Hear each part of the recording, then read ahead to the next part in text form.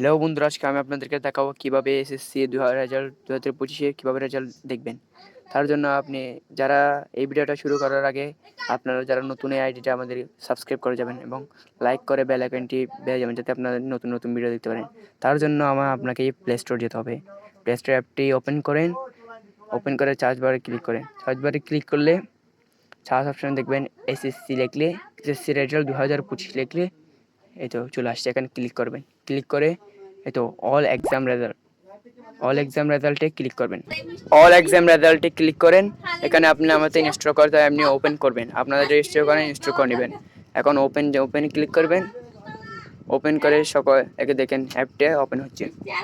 অ্যাপটি যখন ওপেন হচ্ছে একটু দেরি হয়, একটু কানেক্টের সমস্যা আর কি, ওয়াইফাই সমস্যা নেই।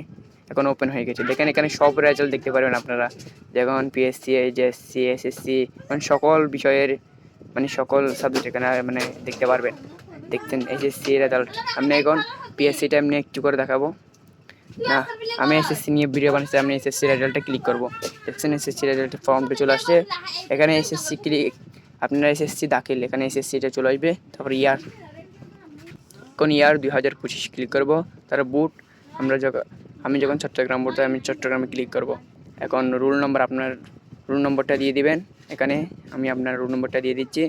তারপর এখানে এই তো দিয়ে তারপর এখন আপনি আমার রেজিস্ট্রেশন নম্বরটা দিয়ে দিবেন। আমি তো এখন দিচ্ছি না, এখন হবে না তাই।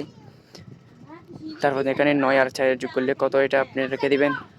এটা করার পর আপনারা এখানে সাবমিট অপশানে দেখতে পাচ্ছেন, এই সাবমিট অপশানে ক্লিক করবেন, তাহলে হয়ে যাবে।